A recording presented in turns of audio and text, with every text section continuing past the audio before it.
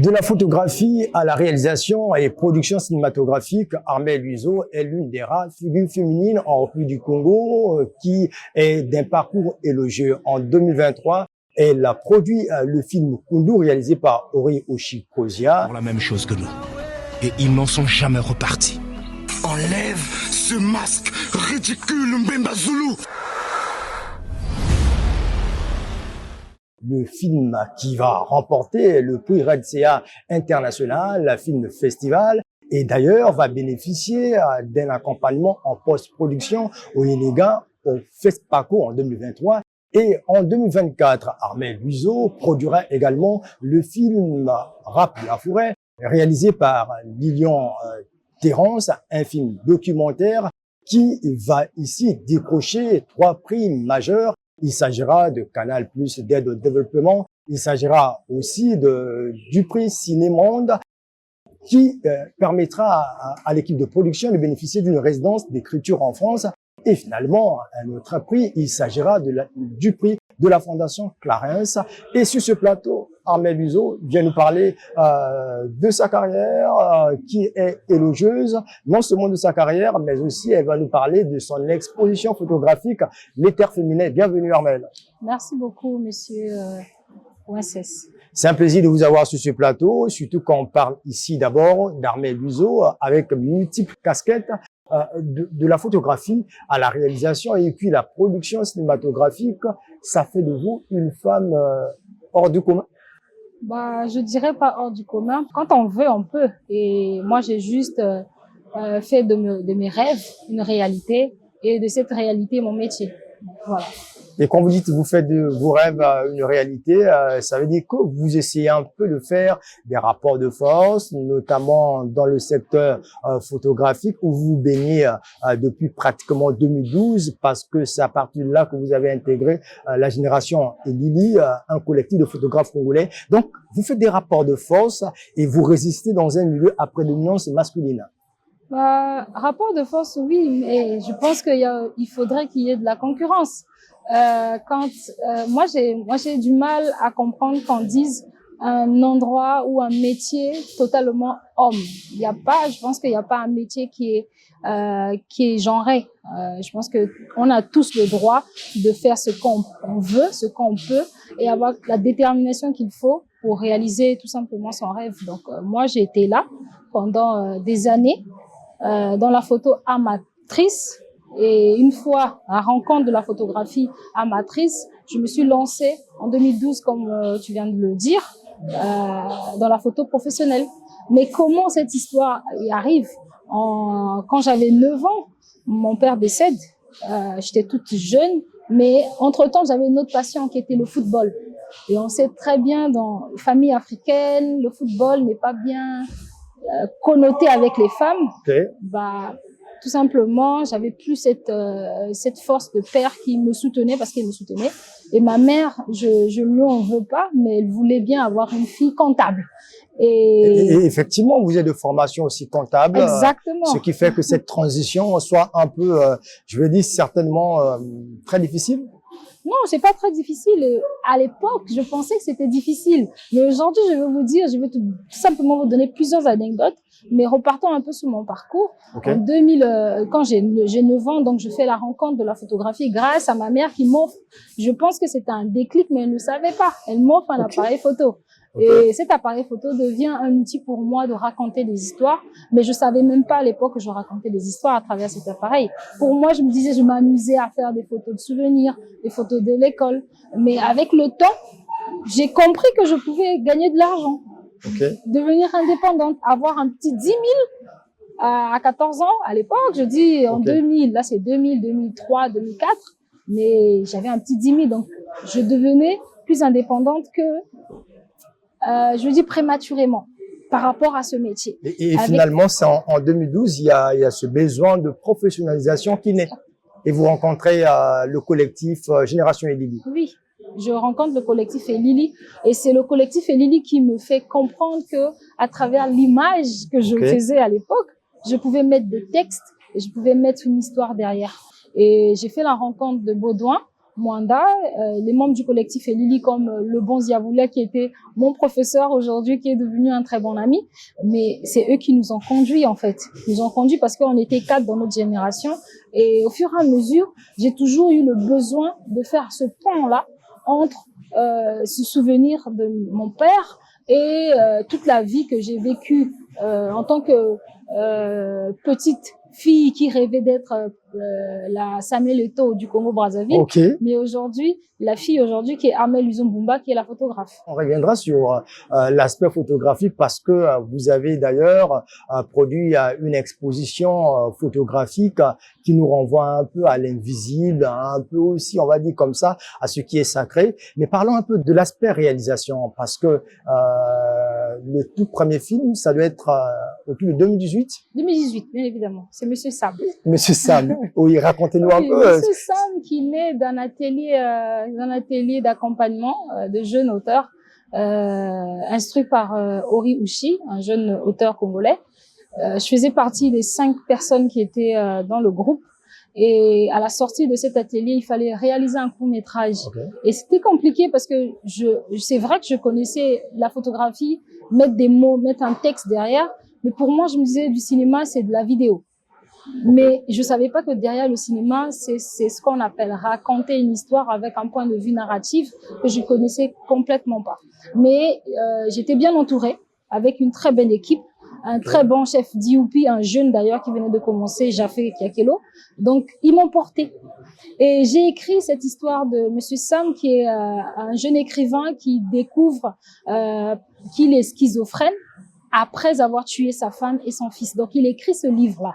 Donc, je pense que c'était un film que tout le monde, quand les gens ont vu, m'ont dit, mais il y a quelque chose, Armel. Ouais, je pouvais percevoir l'émotion dans la salle. Aussi, vous-même, vous l'exprimiez d'ailleurs, parce que c'était votre tout premier bébé cinématographique. Exactement. Et après, on se rend compte qu'au fur et à mesure, la vision s'agrandit et vous changez un peu de cap. Vous dites, au lieu que je sois plus dans la réalisation, je préfère aller dans la production. C'est parce que vous découvrez un monde beaucoup plus professionnel, un gros réseau, et vous lancez avec la Forge Production en 2019. Oui, tout à fait. Mais avant de lancer la Forge Production, le déclic, c'est la production d'un court-métrage qui me tenait à cœur parce que en 2014, j'ai vécu une agression sexuelle et j'ai fait un burn-out. Je me souvenais pas de tout ce qui s'était passé. C'est après des années que je me rends compte que oui, effectivement, quand il y a eu le mouvement MeToo et tout ça, effectivement, que j'ai vécu cette agression sexuelle. Et pour moi, je pouvais pas rester silencieuse. Il fallait que je mette des mots avec l'outil que j'utilise, soit de la photographie, soit du cinéma. Donc, j'ai fait ce film que j'appelle Kunto, qui est résilience.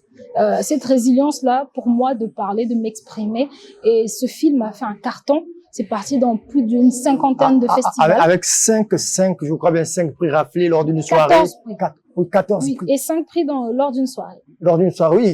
Là, je me souviens encore, 5 prix raflés lors d'une soirée en France. Oui, à Nice. Et j'ai fait beaucoup de pays. Et c'est là que j'ai découvert, je me suis dit, tiens, mais si, Monsieur Sam, j'avais quelque chose. Kunto, je trouve que je dois m'exprimer. Et pendant les festivals, j'ai senti le besoin d'accompagner des auteurs locaux parce que on n'a pas totalement les réalités qu'il faut pour aller dans un festival. C'est l'autoproduction. Exactement. Tous les métiers sont comme brûlés puisque c'est presque 1000 métiers dans le cinéma. Mais on se rend compte que l'autoproduction ne donne pas la possibilité aux acteurs locaux de faire du vrai cinéma. Exactement. Et c'est là qu'on lance la Forge Production. Et la Forge Production naît de là. Ça naît vraiment du besoin d'accompagner les jeunes auteurs locaux, réalisateurs, à comprendre le processus de fabrication d'un film jusqu'à la distribution. C'est pas pour rien que les autres ils vont à Cannes, c'est pas pour rien que les autres ils vont aux Oscars, au FESPACO par exemple, au FESPACO ou dans d'autres festivals africains. C'est pas pour rien. Il faut avoir vraiment les matières, les bases qu'il faut. Il faut vraiment avoir, je peux dire la démarche qu'il faut pour y arriver. Donc, d'où naît la force. C'est ainsi que vous êtes dans la production en 2023, notamment du film de Oshikosia, notamment le film Kundu, une science-fiction avec une vision afro-futuriste. Et dans ce film que vous accompagnez de bout en bout, on se rend compte que ce film va décrocher le prix REDCA et puis même un prix au Yenega au FESPACO. Dites-nous un peu, ça s'est passé comment? C'était quoi le déclic à ce moment-là? Le déclic, c'était, on avait un bon projet, un très bon projet, un très bon auteur qui écrit bien. L'un parmi les meilleurs au Congo-Brazzaville, qui est venu me voir, me rencontrer, et on a tourné ce film. Et il nous fallait de l'argent, on va dire, pour la finition du film, donc la post-production et tout ce qui va avec, parce que c'est vraiment un film de science-fiction. Il faut beaucoup de finances et nous, on se projetait vraiment dans un délire Marvel. Ok. Et on arrive, on monte un dossier et finalement ça accroche, ça va au FESPACO.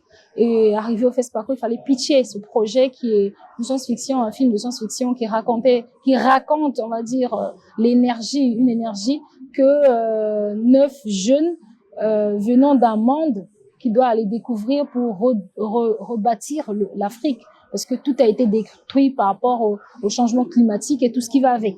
Mais en tout cas, nous en Afrique et au Congo, on a survécu. Donc c'est là leur mission d'aller... une belle science-fiction. Exactement. Le film accroche et on y va, on pitch le projet parmi tous les projets qu'il y avait. Okay. Et nous, on venait en amateur parce qu'on n'était jamais allé au FESPACO. Malgré ça, on gagne un prix. On gagne le prix REDCI qui nous permet de partir en post-production et en finition. Et voilà, c'était ça en fait les débuts. Et on se dit oui. Là, on est en train de faire des pas en avant dans le cinéma congolais. On est en train d'évoluer dans quelque chose de beau et quelque chose de génial. Et toujours grâce à cette plateforme que vous avez mis sur pied, on se rend compte que en 2024, vous allez être aussi au cœur de la production du film Rap de la forêt, réalisé par Raphaël Terrence. Ce film aura ici 3 prix majeurs. C'est quoi la magie qu'il y a autour de tous ces films qui raflent des prix? Et d'ailleurs, même en 2024, le prix, en 2024, oui. 2025, d'ailleurs, le film rafle un prix. Oui. Mais la magie, c'est quoi? C'est d'avoir un bon sujet, un bon auteur et une belle harmonie pour ce binôme. Parce que le cinéma ne se fait pas seul. On va pas faire le cinéma parce qu'on est réalisateur, parce qu'on est scénariste. Non, on va faire le cinéma parce que on a confiance à toutes les personnes qui sont là dans le processus de fabrication. Quand un auteur vient vous voir, moi, c'est le cas de Ralph qui vient me voir avec ce projet Rap de la forêt. En quelque sorte, il vient, il m'attire, il me donne l'envie et le besoin d'aimer la forêt. Parce que cette histoire qui raconte ce jeune Aka autochtone qui rêve d'être rappeur. Une histoire très rare, oui. Très inédite. On se dit, avec tous les mélodies que les autochtones peuvent avoir, les peuples de la forêt peuvent avoir, mélanger cette modernité et tradition en mélangeant le rap et les sonorités de son peuple, c'est magnifique parce que il dénonce, il raconte, il parle de son histoire. Il y a tellement de ponts dans cette histoire-là, ça a convaincu. Et on se rend à l'Aka Film Lab, qui est un lab au Cameroun.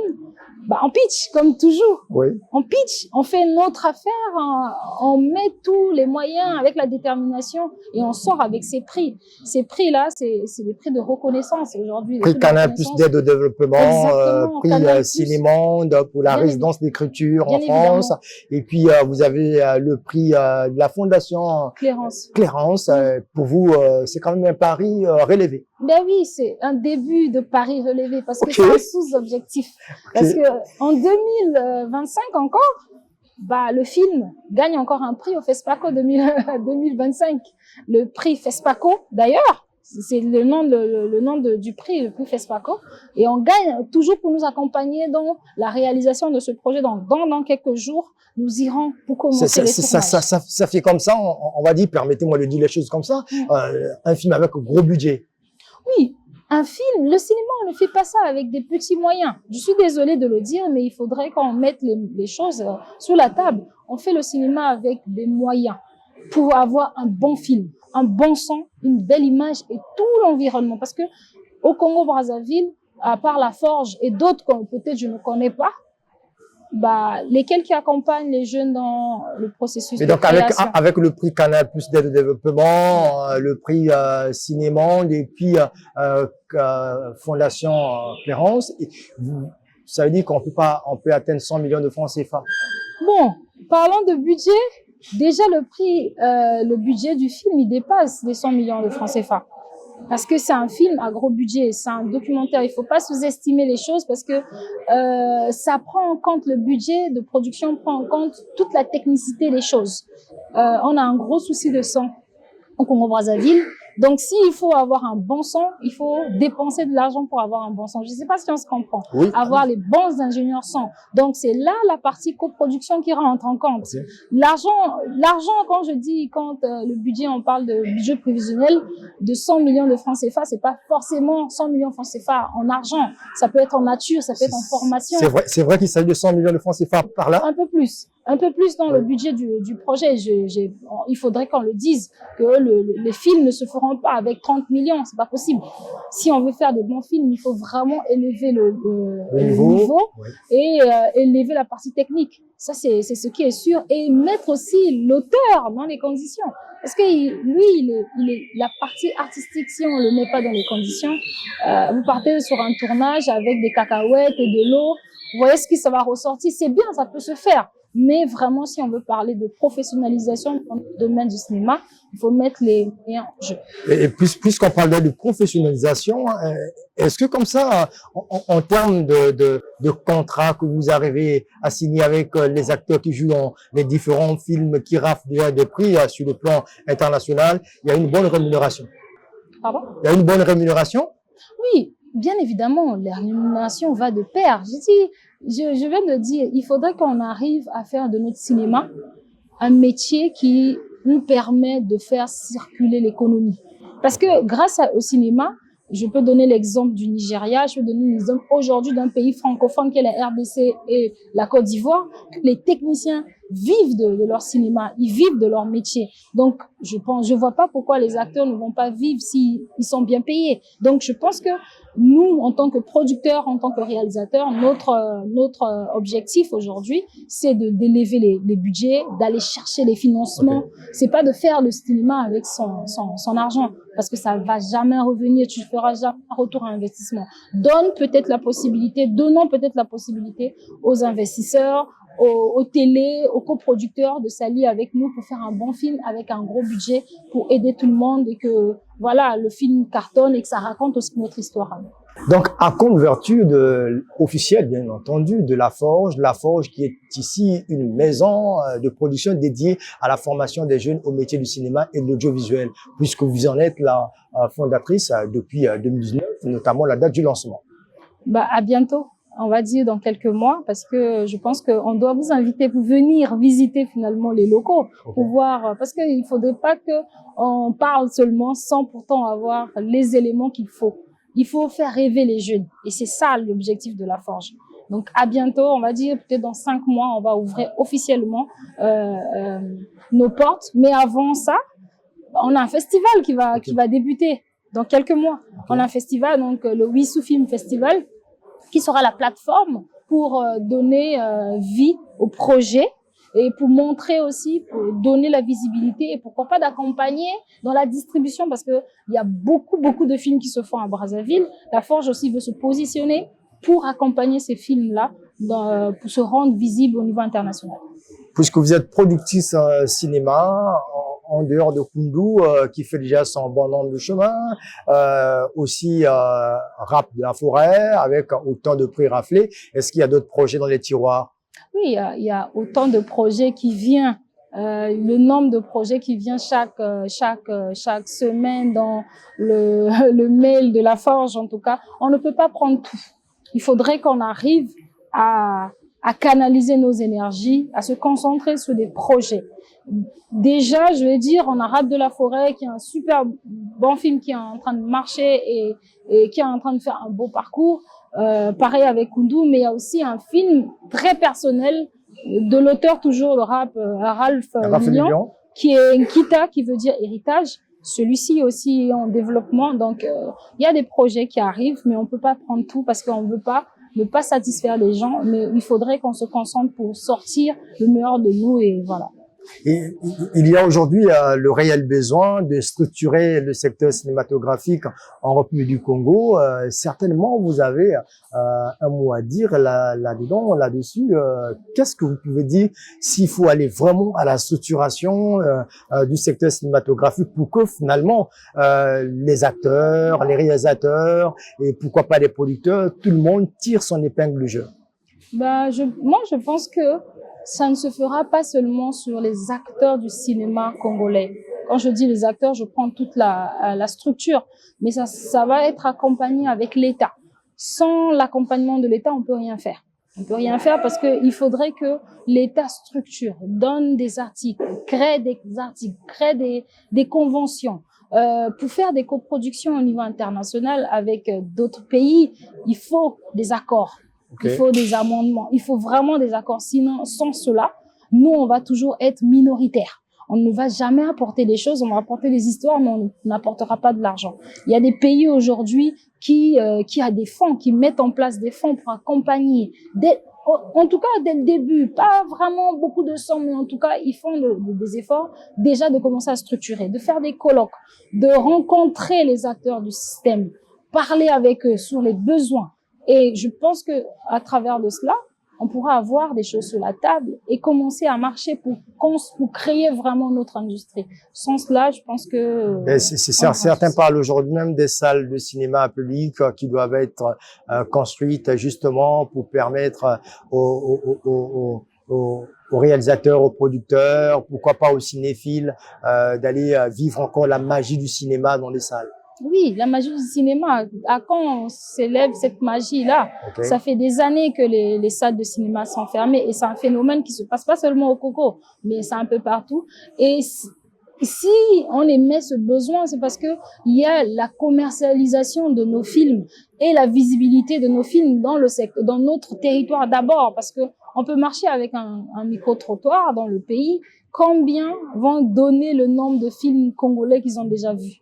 Et on n'aura pas assez. De cela, comme les maisons de production sont des sociétés, l'État va impliquer des taxes dessus. Donc, ça fait tourner, ça fait en sorte que le pays fonctionne. Et d'ailleurs, tout à l'heure, vous avez parlé de l'économie circulaire. Exactement. Et Armel Luiseau, le dernier volet de notre interview, c'est votre exposition photographique, l'éther féminin. Quelle symbolique, quelle image aussi forte que vous renvoyez en parlant de l'invisible. Et vous parlez en même temps du sacré. Justement, vous faites appel à la préservation des forêts. Oui, je fais appel avec cette exposition parce que c'est non seulement, comme je dis, vous allez comprendre que tout de moi est lié à mes sources, à mes racines. Donc, éther féminin, c'est vraiment un appel à se reconnecter à notre racine, à nos sources. Moi, je me suis reconnectée avec ma grand-mère grâce à ce projet. On va me dire, oui, comment? Parce que ça parle de l'invisible. L'invisible, ma grand-mère était une guérisseuse qui utilisait les plantes de la forêt. Elle faisait des déambulations, elle faisait des chants dans la forêt. Pour moi, aujourd'hui, c'est cet esprit de forêt que je voulais montrer à travers cette image-là. L'invisible et le visible que j'ai montré à travers cette, je peux dire, superposition de ces deux images qui ont donné ce beau-là. Mais c'est pas seulement ce beau juste pour le plaisir, c'est pour se reconnecter, toi et moi, à notre origine, notre source. Vous faites aussi bien le lien entre la femme et la nature à travers cette exposition photographique. Bien évidemment. Et nous suivons le reportage et on revient justement pour que vous puissiez dire un mot là-dessus.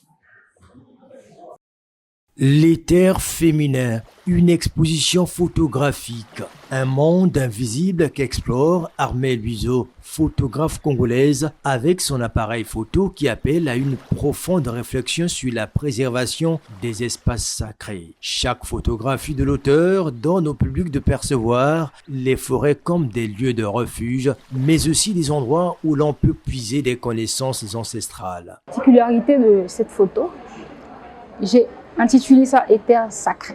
Éther sacré parce que c'est toute dans la beauté, toute dans la texture de l'image, elle dit tout. Elle dit tout dans la conservation, dans la protection, dans notre culture, dans notre lien. Parce que c'est un appel aussi, ce travail-là, c'est un appel à la reconnexion de notre valeur, de notre patrimoine culturel. Luiseau laisse également percevoir à travers sa photographie une énergie qui relie les femmes à la nature. Mais ça me laisse sans voix parce que c'est d'avoir une dimension féminine. On vient de découvrir quelque chose qui est lié à la femme. Donc on essaie de découvrir un peu l'univers de l'artiste, qu'est-ce qu'elle a voulu nous dire au travers de ces tableaux qui sont à mon sens à la fois métaphysiques et aussi spirituels. Les mots s'estompent quand on regarde ce beau travail. Cette exposition s'inscrit dans la démarche d'un appel à une prise de conscience collective en faveur de la préservation des forêts. Armelle Luiseau, à travers cette exposition, vous faites également un lien entre la nature et la femme. C'est quoi ce lien? Tout simplement parce que la femme, elle est la conservatrice d'une maison, on va dire. Dans la société, on est une société matriarcale et je pense que l'importance des femmes, même dans le spirituel, elle est importante. Donc voilà pourquoi, pour moi, c'était cet appel à la préservation, à la conservation, mais aussi à la reconnexion de notre source, comme je dis, l'ancestralité et notre patrimoine culturel. Et la photographie devient pour vous, à travers, bien sûr, à la lumière de ce reportage, devient pour vous comme une arme de sensibilisation sur des grandes questions de société. Mais bien évidemment, l'art, je pense que l'art interroge. Et nous, moi en tant qu'artiste, je pense que j'ai le droit de parler de tous ces problèmes-là qui minent notre société. Et dans la partie de la préservation des forêts, de la pollution et tout ce qui va avec. Donc c'est important pour moi, à travers ces images-là, d'avoir, comment je peux dire ça, rendu hommage à ces femmes, mais éduquer, sensibiliser le public. À la base, vous êtes autodidacte. Quand on parle de la photographie, on parle de la réalisation et la production cinématographique. C'est vrai que vous avez par la suite suivi beaucoup de formations et ça veut dire que rien n'est impossible alors.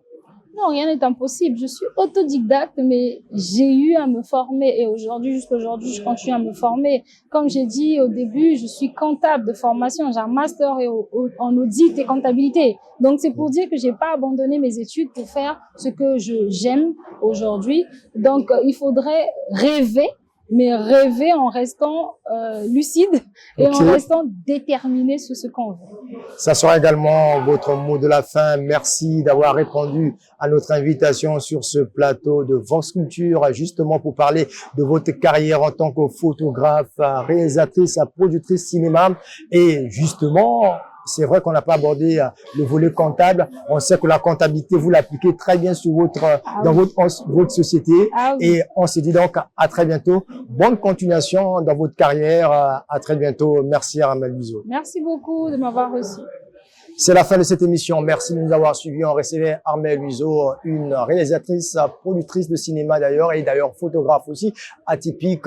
Elle est de nationalité congolaise. Elle est autodidacte à la base, mais c'est aujourd'hui une référence en matière de réalisation et production cinématographique en République du Congo. C'était un plaisir de la voir sur ce plateau. À très bientôt. Bonne suite le programme sur Vox Congo, le Congo vu de l'intérieur.